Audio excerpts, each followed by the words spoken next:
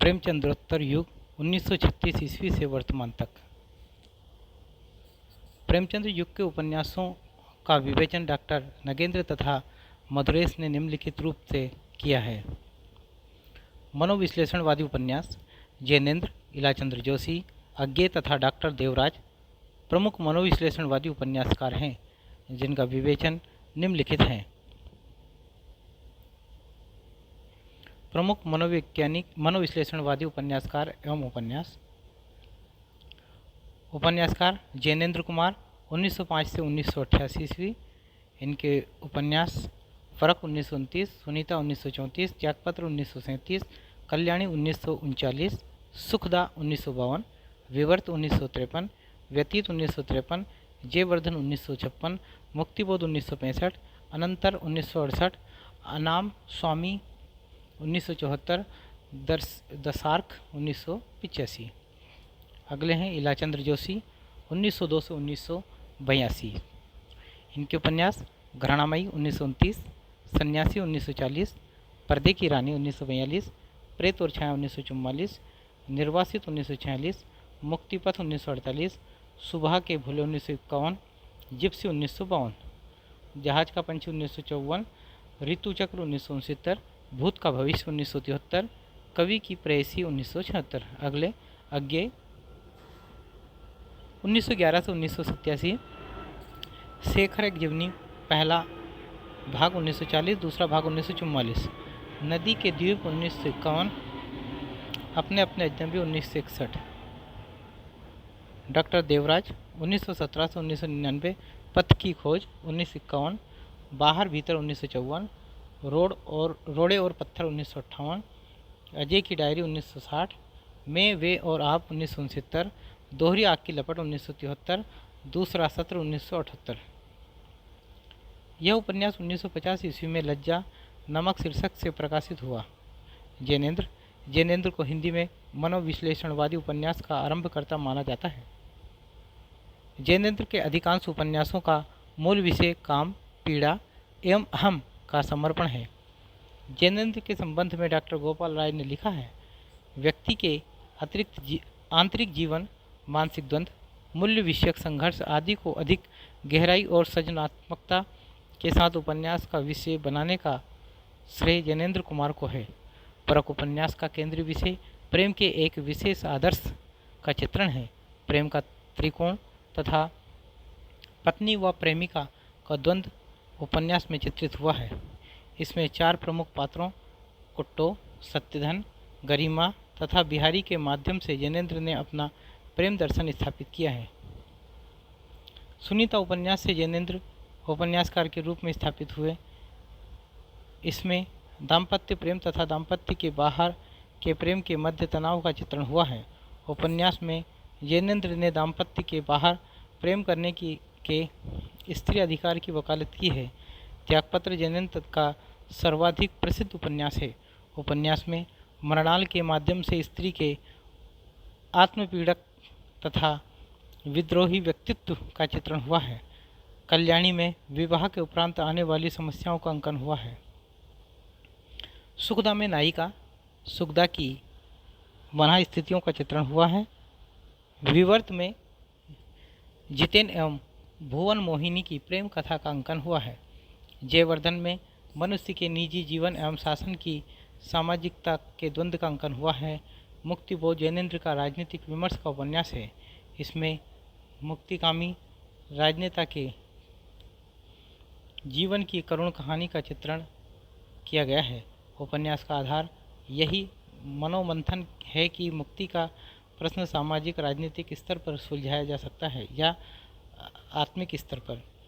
इसमें नायक सहाय के जीवन में पत्नी राजेश्वरी और प्रेयसी नीलिमा दोनों का महत्व है। पत्नी से सेवा एवं वात्सल्य तथा प्रेयसी से प्रेरणा और स्फूर्ति मिलती है।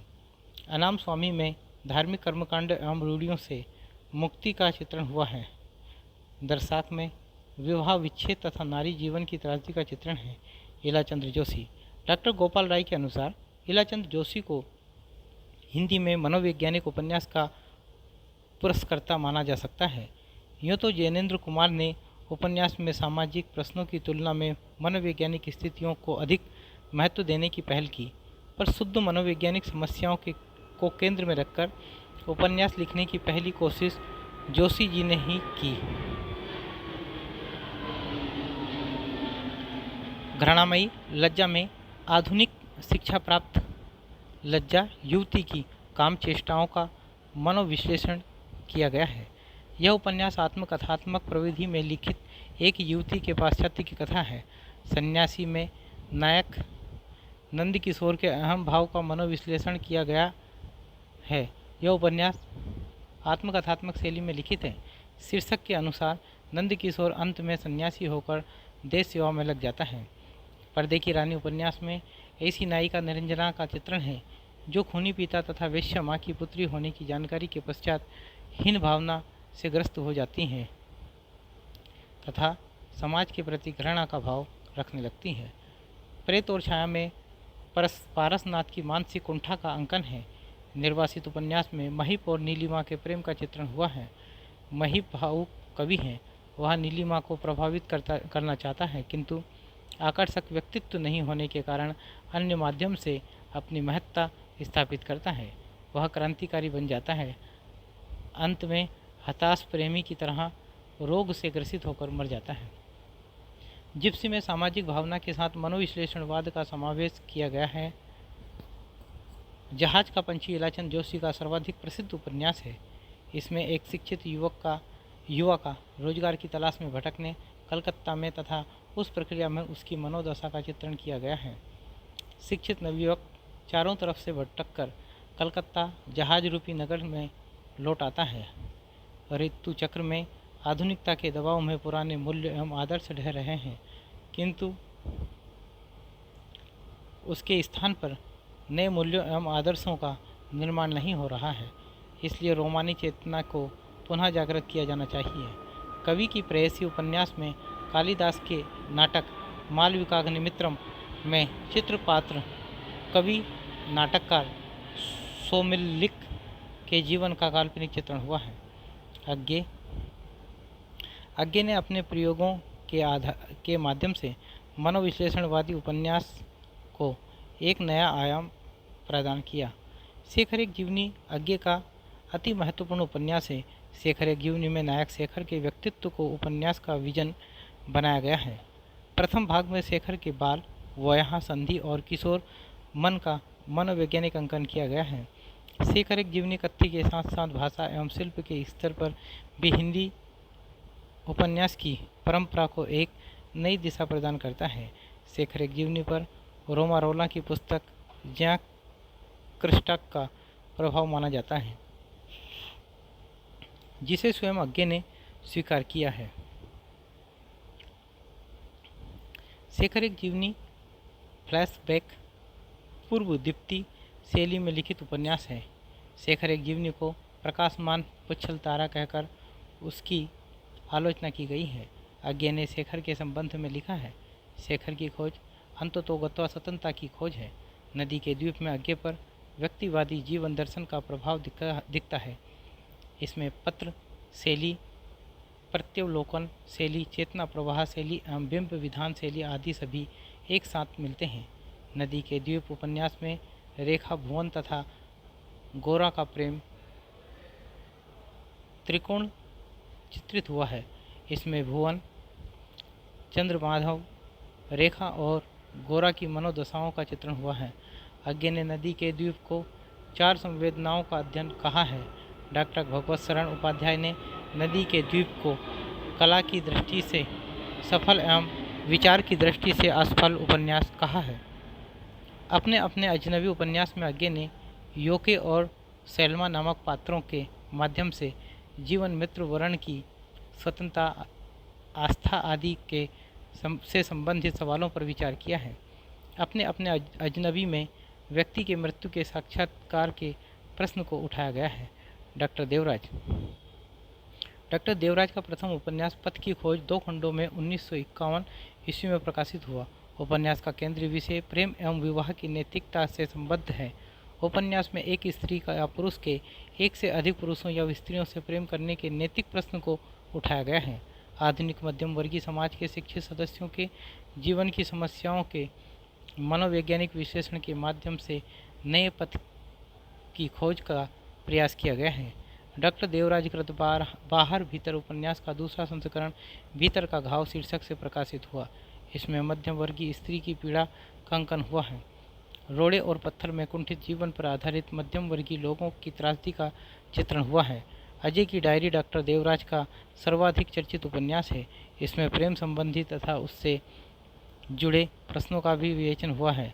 डॉक्टर गोपाल राय के अनुसार इसमें विश्वविद्यालय परिसर की पृष्ठभूमि में एक असफल वैवाहिक जीवन और मध्यवर्गीय सामाजिक नैतिक मूल्यों के दबाव में प्रेम के त्रासद अंत का चित्रण हुआ है।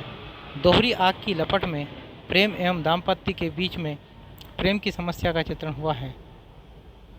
डॉक्टर देवराज कृत में वे और आप उपन्यास को स्वतंत्र उपन्यास कहने के साथ ही स्वयं लेखक ने इसे अजय की डायरी का अगला भाग कहा है। डॉक्टर देवराज के अधिकतर उपन्यास प्रेम एवं दाम्पत्य की समस्याओं से संबंधित हैं। सामाजिक यथार्थवादी उपन्यास। इस धारा के लेखक किसी भी विचारधारा के मोहों से बचते हुए अपनी स्वतंत्र दृष्टि से समाज एवं व्यक्ति की समस्याओं का सूक्ष्म अंकन करते हैं। इस धारा के उपन्यासों की यह बड़ी विशेषता है कि ये ना तो प्रगतिवादी उपन्यासकारों की तरह समाज को अधिक महत्व देते हैं और न ही मनोवैज्ञानिक उपन्यासकारों की तरह व्यक्ति व समाज को जोड़कर देखते हैं। प्रमुख सामाजिक यथार्थवादी उपन्यासकार एवं उपन्यासकार उदय शंकर भट्ट 1898 से 1966। इनके उपन्यास हैं नए मोड़ 1954, सागर लहरें और मनुष्य 1956, लोक परलोक 1958, शेष अशेष 1960, 2 अध्याय 1963। उपेंद्र नाथ अस्क 1910 से 1996। इनके उपन्यास सितारों के खेल 1940, गिरती दीवारें 1947, बड़ी बड़ी आंखें 1955, गर्म राख 1957, पत्थर अलपत्थर 1957, शहर में घूमता आईना 1963, एक रात का नरक 1968, एक नन्ही कंदील 1969, बांधो न नाव इस ठाव 1974, निमिषा 1974, पलटती धारा 1997। विष्णु प्रभाकर 1912 से 2009, ढलती रात 1951, निशिकांत 1955, तटके बंधन 1955, स्वप्नमय 1956, दर्पण का व्यक्ति 1968, कोईतो 1980, अर्धनारीश्वर 1952, संकल्प 1993, स्वप्न 2014 और संस्कार 2014। अगले विश्व साहनी 1915 से 2003। इनके उपन्यास हैं झरोखे 1967, कड़ियाँ 1970, तमस 1973, बसंती 1980, मैया दास की माड़ी 1988, कुंतो 1993, नीलू नीलिमा नीलोफर 2000 और जय हिंद की सेना 2010। अमृतलाल नागर 1916 से 1990।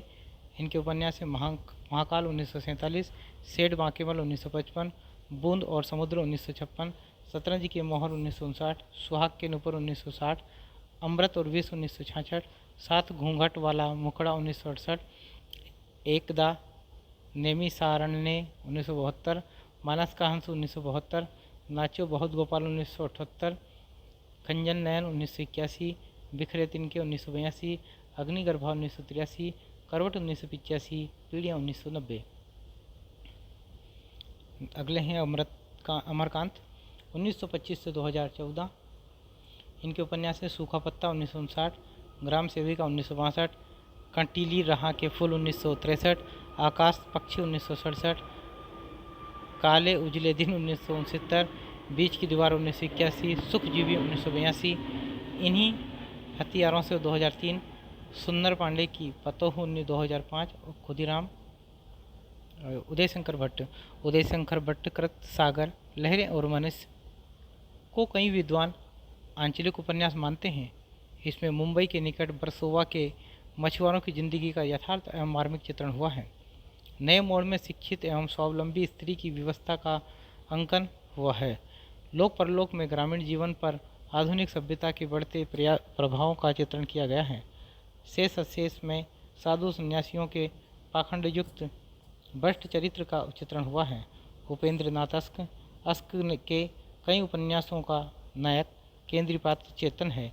ये उपन्यास हैं गिरती दीवारें, शहर में घूमता आईना, एक नन्ही कंदील, बांधो न नाव इस ठाव, पलटती धारा। इन्होंने गिरती दीवारों की रचना श्रृंखलाबद्ध रूप से की है, जिस पर फ्रांसीसी उपन्यास रोमा फ्लो का प्रभाव है। बड़ी बड़ी आंखें को सुमित्रा नंदन पंत ने गीति उपन्यास कहा है। गर्म राख उपन्यास में नायक जगमोहन के जीवन का अंकन है।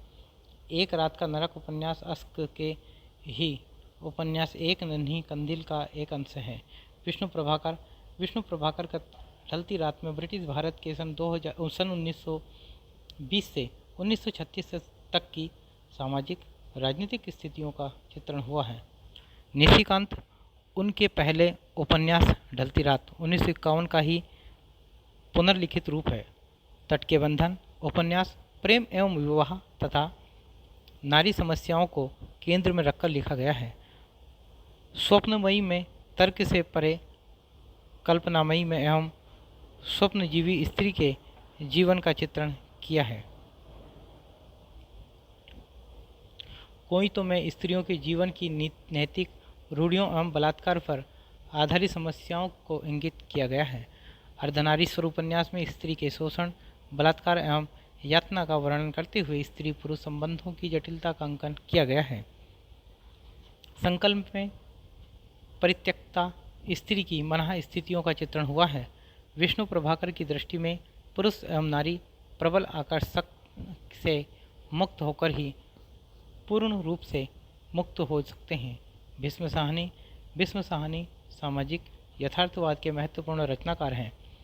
भीष्म साहनीकृत झरोखे उपन्यास में एक बच्चे के माध्यम से आर्य समाजी परिवार के संस्कारगत जड़ता का विश्लेषण एवं उसके प्रति विद्रोह की प्रेरणा है।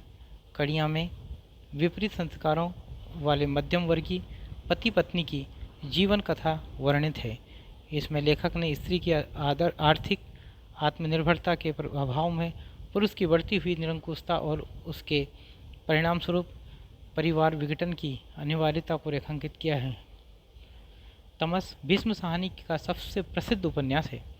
यह 1947 ईस्वी के मार्च अप्रैल में पंजाब में हुए भयानक सांप्रदायिक दंगों पर आधारित है तथा इसमें लाहौर के आसपास के 5 दिनों की कहानी वर्णित है। तमस में सांप्रदायिक उपन्यास के चित्रण के साथ साथ उन स्थितियों और कारणों का भी चित्रण हुआ है जिनके फलस्वरूप आपसी वैमनस्य के ने दंगों का रूप ले लिया। ब्रिटिश शासन और उसके कारिंदों को दंगे भड़काने की योजना का सूत्रधार चित्रित किया गया है। इसमें दर्शाया गया है कि बड़े लोगों की स्वार्थपूर्वक नीतियाँ जन सामान्य के जीवन से खिलवाड़ करके बड़े बड़े राष्ट्रों का इतिहास और भूगोल बदल देती है। बसंती में महानगर दिल्ली में राजस्थान के अप्रवासियों की झुग्गी बस्ती में रहने वाले एक भावुक लड़की बसंती की कहानी है। उपन्यास की केंद्रीय पात्र बसंती शोषण का शिकार होने पर भी जीवन में आस्था बनाए रखती हैं तथा व्यवस्था से लड़ती हैं। मैया दास की माड़ी ऐतिहासिक पृष्ठभूमि पर लिखित उपन्यास है। इसमें सन 1840 से 1920 ईस्वी तक के पंजाब के सामाजिक राजनीतिक जीवन का यथार्थ चित्रण हुआ है। उपन्यास में मैया दास धनपत तथा हुकुम में राय के माध्यम से 3 पीढ़ियों की सामाजिक सांस्कृतिक चेतना के क्रमिक विकास का इतिहास प्रस्तुत किया है। कुंतो उपन्यास में नारी जाति की पराधीनता का अंकन हुआ है। इसमें विभिन्न स्त्री पात्रों के पतियों की परिस्त्री गमन की समस्या को उठाया गया है। नीलू नीलिमा नीलोफर में हिंदू मुस्लिम युवक युवतियों के प्रेम संबंध की कथा कही गई है।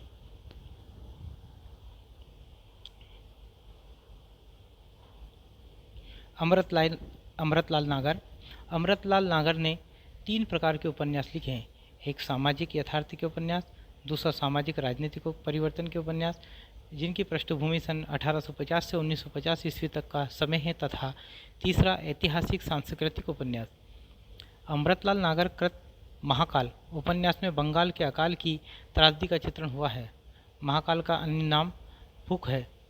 बूंद और समुद्र उपन्यास को अमृतलाल नागर ने उपन्यास की भूमिका में देश के मध्यम वर्गीय नागरिक समाज का गुणदोष भरा चित्र कहा है। बूंद और समुद्र में व्यक्ति और समाज के अंतः संबंधों का विश्वसनीय चित्रण है। उपन्यास लखनऊ के एक बड़े और पुराने क्षेत्र चौक पर केंद्रित है। इसमें भारतीय समाज के विभिन्न रूपों जैसे रीति नीति, जीवन दृष्टियाँ, मर्यादाओं, टूटती और निर्मित होती हुई व्यवस्थाओं का चित्रण है। उपन्यास का समयकाल भारतीय गणतंत्र की स्थापना के आसपास का है। डॉक्टर गोपाल राय ने बूंद और समुद्र को महाकाव्यात्मक आयाम का उपन्यास कहा है।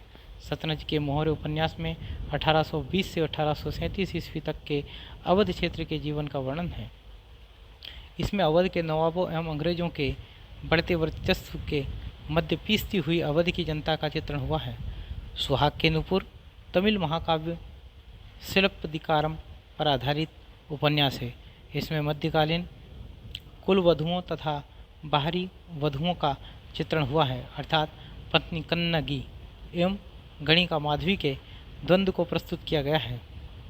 अमृत और विष में स्वतंत्र भारत के 15 वर्षों के राजनीतिक एवं सामाजिक जीवन का चित्रण है।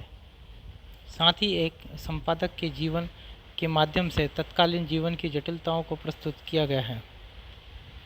7 घूंघट वाला मुखड़ा उपन्यास के केंद्र में बेगम समरू का चरित्र है। इसमें स्त्री हृदय का अंकन हुआ है।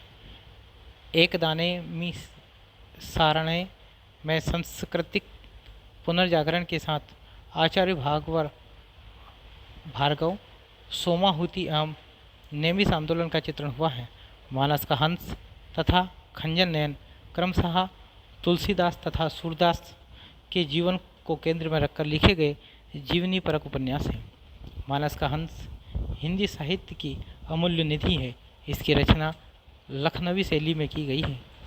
बीच बीच में अवधी बोली के प्रयोग से ग्रामीण झांकी का जीवंत एवं रोचक चित्रण हुआ है।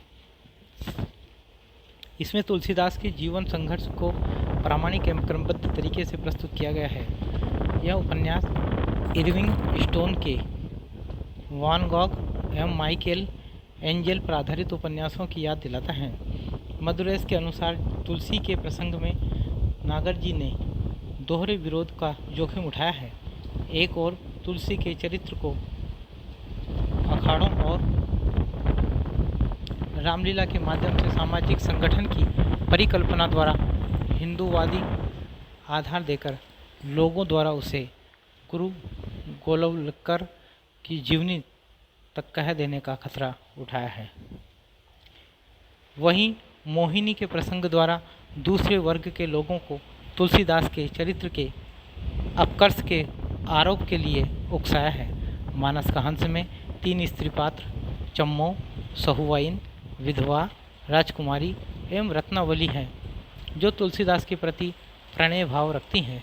खंजन नयन में एक तरफ धार्मिक सांप्रदायिकता का विरोध है तो दूसरी तरफ हिंदू पूजा के प्रति मुस्लिम शासकों के व्यवहार में अंतर को उभारा है। सूरदास ने अपने जीवन के 104 वर्षों में इब्राहिम लोदी, बाबर, हुमायूं और अकबर का शासनकाल देखा था। खंजन नयन में सुर के युग का सर्वांगीण चित्रण हुआ है। कुंतो मल्लाहीन के साथ सुर की प्रेम कथा की बनावट के कारण नागर जी को अनेक पाठकों की नाराजगी झेलनी पड़ी। नाचो बहुत गोपाल उपन्यास दलित समाज पर केंद्रित है। उपन्यास की प्रमुख पात्र निर्गुणिया के ब्राह्मण युवती से महतर समाज में जाने की कथा वर्णित है। करवट उपन्यास में लखनऊ के एक खत्री परिवार की 3 पीढ़ियों लाला मुसद्दीलाल, उनके पुत्र बंशीधर टंडन तथा पौत्र देशदीपक से संबद्ध कथा वर्णित है। करवट में वर्णित समय का लगभग 1805 ईस्वी से 1905 ईस्वी तक का है। पीढ़ियाँ उपन्यास करवट का अगला चरण है। इसमें खत्री परिवार की आगे की 3 और पीढ़ियों की कथा है। इसमें 1905 ईस्वी से 1985 ईस्वी तक का इतिहास समेटा गया है। अमरकांत सूखा पत्ता में कृष्ण नायक युवक की प्रेम कहानी का अंकन है। आकाश पक्षी में स्वतंत्र भारत के समाज में व्याप्त अंतर्विरोधों का चित्रण है। काले उजले दिन में परिवार में विमाता की उपस्थिति से नायक के व्यक्तित्व का विघटन दिखाया गया है। बीच की दीवारों में एक स्त्री के अनेक पुरुषों के प्रति आकर्षण की कहानी कही गई है। इन्हीं हथियारों से अमरकांत का सर्वाधिक चर्चित उपन्यास है। इसमें नायक बलिया जनपद है। उपन्यास में भारत छोड़ो आंदोलन 1942 से लेकर स्वतंत्रता प्राप्ति तक के बलिया के सामाजिक जीवन का चित्रण हुआ है। इन्हीं हथियारों से के लिए अमरकांत को 2007 का साहित्य अकादमी पुरस्कार दिया गया था। इन्हें श्री लाल शुक्ल के साथ संयुक्त रूप से 2009 के ज्ञानपीठ पुरस्कार से सम्मानित किया गया था। प्रमुख व्यक्तिवादी उपन्यासकार एवं उपन्यास: भगवती चरण वर्मा 1903 से 1981 इनके उपन्यास हैं। पतन 1928, चित्रलेखा 1934, 3 वर्ष 1936, टेढ़े मेढ़े रास्ते 1946, आखिरी दांव 1950, अपने खिलौने 1957, भूले बिसरे चित्र 1959, वह फिर नहीं आई 1960, सामर्थ्य और सीमा 1962, थके पाँव 1963, रेखा 1964, सीधी सच्ची बातें 1968, सब ही नचावत राम गोसाई 1970, प्रश्न और मरीचिका 1973, युवराज चुंडा 1978, धुप्पल 1981, चाणक्य 1982, लक्ष्मीनारायण लाल 1927 से 1987 इनके उपन्यास हैं। धरती की आंखें 1951, बयां या घोंसला और सांप 1953, काले फूल का पौधा 1955, रूपा जीवा 1959, बड़ी चंपा छोटी चंपा 1961, मन वृंदावन 1966, प्रेम अपवित्र नदी 1972, बड़के भैया 1973, हरा समंदर गोपी चंद्र 1974, बसंत की प्रतीक्षा 1975, श्रृंगार 1975, देवीना 1976, पुरुषोत्तम 1983 और गली अनारकली 1985, कनाट पैलेस 1986। भगवती चरण वर्मा के संबंध में मधुरेश लिखते हैं, प्रेमचंद्र और उनकी परंपरा के लेखकों से भिन्न भगवती चरण वर्मा ने व्यक्ति को एक पृथक आधारभूत सत्ता मानते हुए समाज से अलग और हटकर माना। व्यक्तिगत जीवन से संबद्ध प्रेम, नैतिकता, पाप, पुण्य आदि को ही उन समस्याओं के रूप में अपने उपन्यासों के स्थान दिया। भगवती चरण वर्मा को व्यक्तिवादी तथा नियतिवादी, भाग्यवादी उपन्यासकार माना जाता है। पतन में मुख्यतः अपराध एवं बलात्कार संबंधी घटनाओं का चित्रण हुआ है।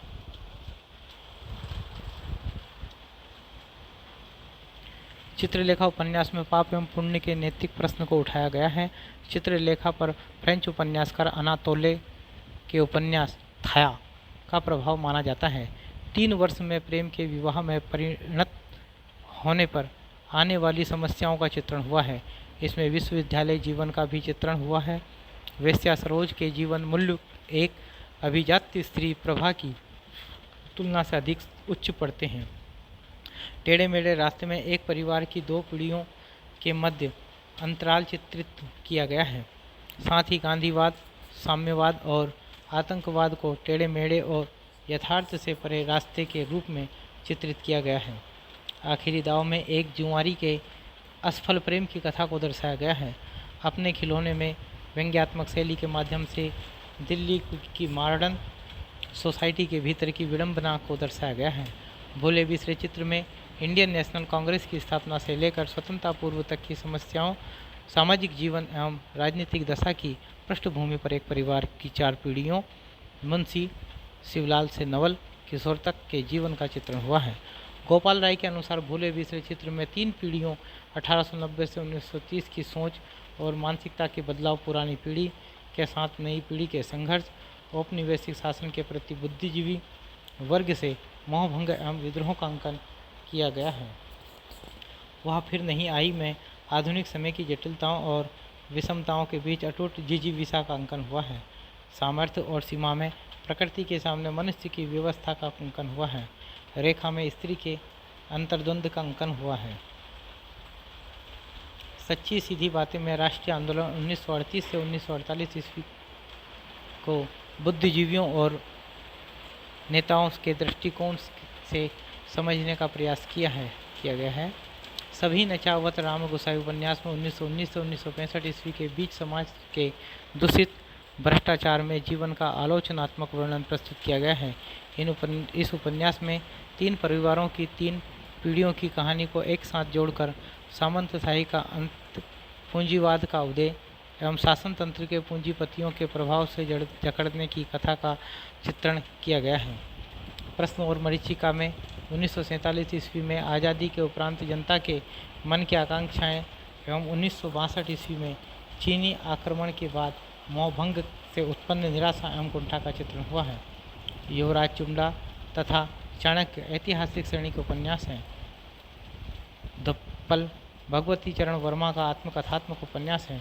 लक्ष्मीनारायण लाल कृत धरती की आँखें आलोचक मधुरेश के अनुसार एक आदर्शवादी और इकहरी बनावट वाला उपन्यास है।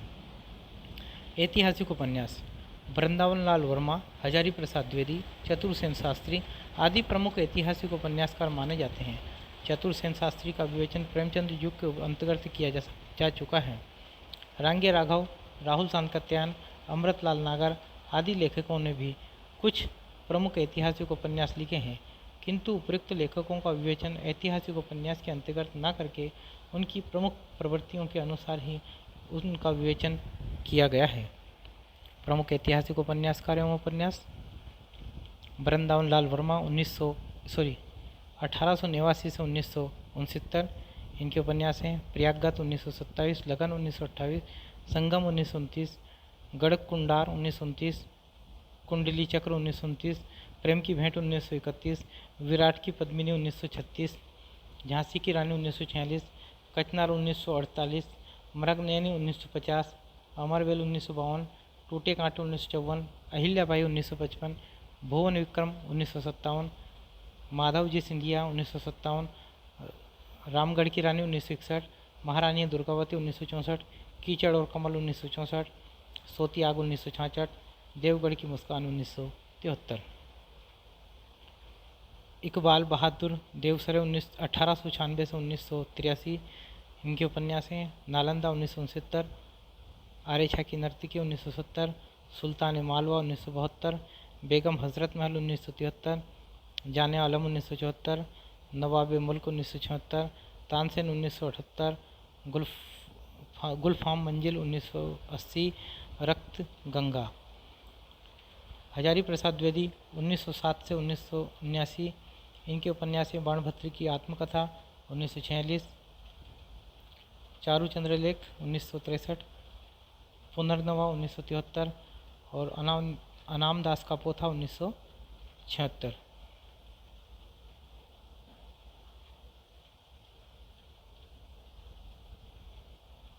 अगले उपन्यासकार हैं सन्यालाल ओझा, इनके संपर्क और समर्पण 1950, मनुष्य का मूल्य, मकड़ी का जाल, सिंधु सीमांत 1967, सर्वनाम 1976, संभवामी 1983, कसौटी 2000।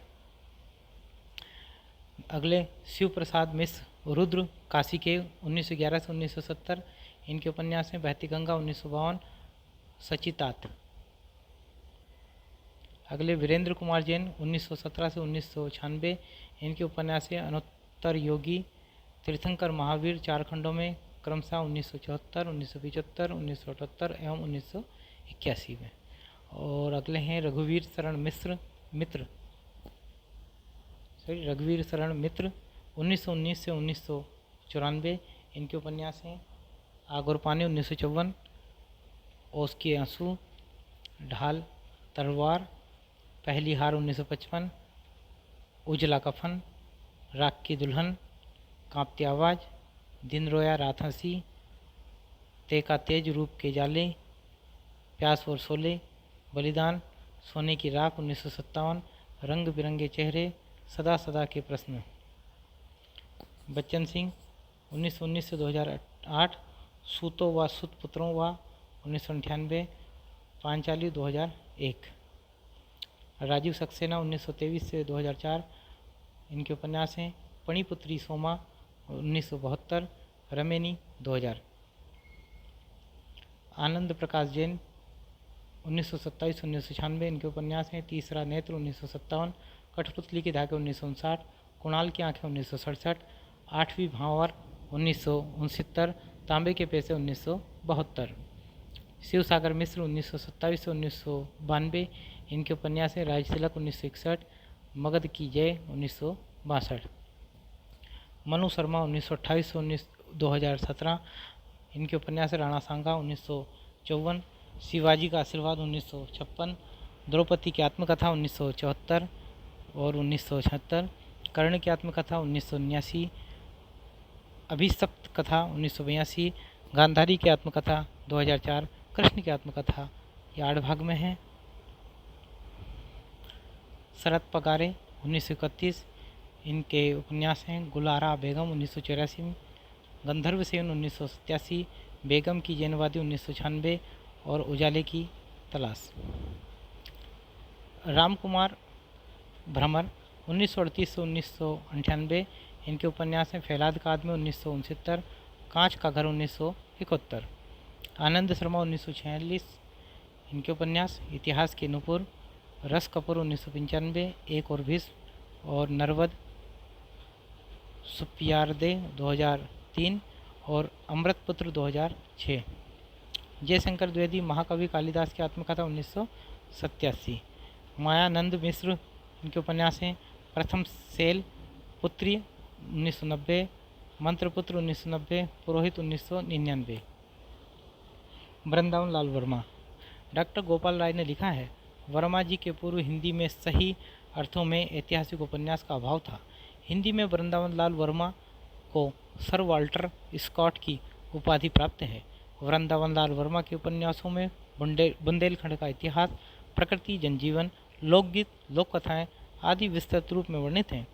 डॉक्टर गोपाल राय के शब्दों में वैज्ञानिक इतिहास बोध के साथ बुंदेलखंड अंचल के जाति गौरव की गाथा इन उपन्यासों में पूरी मार्मिकता के साथ प्रस्तुत हुई है। गढ़कुंडार तथा विराटा की पद्मिनी दोनों उपन्यास बुंदेलखंड की मुस्लिम शासनकाल की पृष्ठभूमि पर आधारित है। गढ़कुंडार का कथाकाल दिल्ली सुल्तान बलबन 1266 से 87 ईस्वी के समय का तथा विराट की पद्मिनी का कथाकाल मुगल शासक फर्रुखसियर 1713 से 19 ईस्वी के समय का है। गढ़कुंडार में सिकंदर लोधी तथा विराटा की पद्मिनी में अलीमर्दान द्वारा मंदिरों एवं मूर्तियों का ध्वंस चित्रित हुआ है। गढ़कुंडार की पांडुलिपि देखकर गणेश शंकर विद्यार्थी ने वृंदावन लाल वर्मा को वाल्टर स्कॉट की उपाधि दी थी। वृंदावन लाल वर्मा कृत झांसी की रानी लक्ष्मीबाई को डॉक्टर गोपाल राय ने ब्रिटिशकालीन भारतीय इतिहास पर आधारित हिंदी का पहला उपन्यास माना। झांसी की रानी में रानी लक्ष्मीबाई के चरित्र को केंद्र में रखकर देश गौरव तथा भारतीय नारी के प्रति आस्था का चित्रण हुआ है। कचनार में सामंतवादी समाज में स्त्री अस्मिता के सवाल उठाए गए हैं। इसमें बहुपत्नी विवाह एवं दासियों के व्यवस्थावश सेवा कार्य करने की समस्या चित्रित हुई है। मृगनयनी उपन्यास कला के चरम विकास के प्रतीक के रूप में जाना जाता है। हजारी प्रसाद द्विवेदी ने हिंदी में ऐतिहासिक उपन्यासों को एक नई ऊंचाई दी। हजारी प्रसाद द्विवेदी कृत बाणभट्ट की आत्मकथा में कवि बाणभट्ट के जीवन पर आधार लेकर राजा हर्षवर्धन के समय की सामाजिक, सांस्कृतिक एवं राजनीतिक स्थितियों का चित्रण किया गया है। बाणभट्ट की आत्मकथा ऐतिहासिक पृष्ठभूमि पर आधारित होने पर मूलतः कल्पना एवं लोक श्रुति से प्राप्त प्रसंगों के संयोजन से लिखी गई रचना है, जो 6वीं-7वीं शताब्दी की कथा है। बाणभट्ट की आत्मकथा में प्रेम का उदात्त स्वरूप चित्रित हुआ है। बाणभट्ट निपुणिका एवं भट्टिनी इस क्लासिक उपन्यास के पात्र हैं। नामवर सिंह इस उपन्यास को प्रेम ग्रंथ सिद्ध करते हैं। इसके लिए वह प्रेमा पुमर्थो महान के सिद्धांत का सहारा लेते हैं। चारुचंद्रलेख आत्मकथा शैली का उपन्यास है। इसमें राजा सातवाहन तथा रानी चंद्रलेखा की प्रेम कथा वर्णित है। चारुचंद्रलेख में 12वीं-13वीं सदी की राजनीतिक एवं सांस्कृतिक स्थितियों का चित्रण हुआ है। तुर्क एवं भारतीय शासकों के मध्य युद्धों के वर्णन के साथ तुर्कों द्वारा भारतवर्ष के पराभव के कारणों की विवेचना की गई है। चारुचंद्र लेख में भारतवर्ष के पराभव का कारण रूढ़ियाँ, अंधविश्वास, योग एवं तंत्र साधना से जकड़े होना चित्रित किया गया है। पुनर्नवा में गुप्त काल के समय विशेषकर समुद्रगुप्त के शासन की सामाजिक व्यवस्था का चित्रण हुआ है, जो 4वीं शताब्दी की कथा है। वर्ण व्यवस्था एवं प्रेम बंधन की समस्याओं भी चित्रित हैं। पुनर्नवा उपन्यास शूद्रकृत मृच्छकटिकम की कुछ घटनाओं एवं लोरिका एवं कैन को आधार बनाकर लिखा गया है। इसमें गोपाल आर्यक एवं चंदा की प्रेम कथा की भी वर्णित है। अनामदास का पोथा औपनिषदिक युग के परिवेश एवं जीवन पद्धति पर आधारित उपन्यास है। यह उपन्यास छांदोग्य और बृहदारण्यक उपनिषद के आधार बनाकर लिखा गया है। अनामदास का पोथा उपन्यास को ऋक्वाख्यान भी कहा गया है। डॉक्टर गोपाल राय के अनुसार अनामदास का पोथा का लक्ष्य औपनिषदिक अध्यात्म चिंतन का पुनराख्यान नहीं वरन उसकी आज की जिंदगी के अनुरूप व्याख्या है। अनामदास का पोथा में काम और प्रेम के मध्य अंतर करते हुए कहा गया है, काम आध्यात्मिक विकास का बाधक है जबकि प्रेम उसका उन्नायक है। अन्य ऐतिहासिक उपन्यासकार इकबाल बहादुर देवसरे के उपन्यासों का विषय मध्यकालीन इतिहास है। सन्हैयालाल ओझाकृत सर्वनाम उपन्यास आर्यों अनार्यों के इतिहास तथा बंगाल के नक्सलवाड़ी आंदोलन को आधार बनाकर लिखा गया है। शंभुवामी देव सभ्यता एवं हड़प्पा सभ्यता को आधार बनाकर लिखा गया है। इसमें देव सभ्यता का मानवीकरण किया गया है। शिव प्रसाद मिश्र रुद्रकाशी के कृत बहती गंगा 18वीं शताब्दी से लेकर 20वीं शताब्दी के पूर्वार्ध तक के काशी के जीवन और संस्कृति को अधिक अभिव्यक्त करने वाला उपन्यास है। सचितात की रचना प्रयोगवादी शिल्प की दृष्टि से की गई है। वीरेंद्र कुमार जैन कृत अनुत्तर योगी तीर्थंकर महावीर प्रसाद स्वामी के जीवन तथा उनके आध्यात्मिक एवं सांस्कृतिक अवदान पर आधारित है। राजीव सक्सेना कृत पणिपुत्री सोमा आर्यों अनार्यों के संघर्ष पर तथा रमेनी सन 1857 की क्रांति पर आधारित है। आनंद प्रकाश जैन कृत कुणाल की आँखें उपन्यास में अशोक काल के इतिहास का वास्तविक चित्रण है। कठपुतली के धागे अवध के नवाबों एवं उनके ठाठ पर आधारित उपन्यास है। 8वीं भावर में पश्चिमी उत्तर प्रदेश के एक गोसाई परिवार के जीवन का चित्रण हुआ है। शरद पगारे कृत गुलारा बेगम में गुलारा बेगम एवं शाहजादा खुर्रम की प्रेम कथा का अंकन हुआ है। गंधर्व सेन में उज्जैनी नरेश गंधर्व सेन के श्रृंगारिक जीवन एवं वीरता का चित्रण है। बेगम जैनावादी में नृत्यांगना जैनावादी और मुगल बादशाह औरंगजेब की प्रेम कथा वर्णित है। प्रताप नारायण श्रीवास्तव कृत बेकसी का मजार में अंतिम मुगल सम्राट बहादुर शाह को केंद्र बनाया गया है। इसकी रचना ऐतिहासिक तथ्यों पर आधारित है। प्रगतिवादी उपन्यास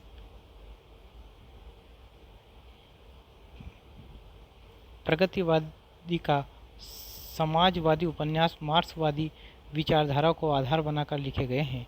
राहुल सानकत्यायन, यशपाल, रांगे राघव, भैरव प्रसाद गुप्त, अमृत राय आदि प्रमुख प्रगतिवादी उपन्यासकार हैं।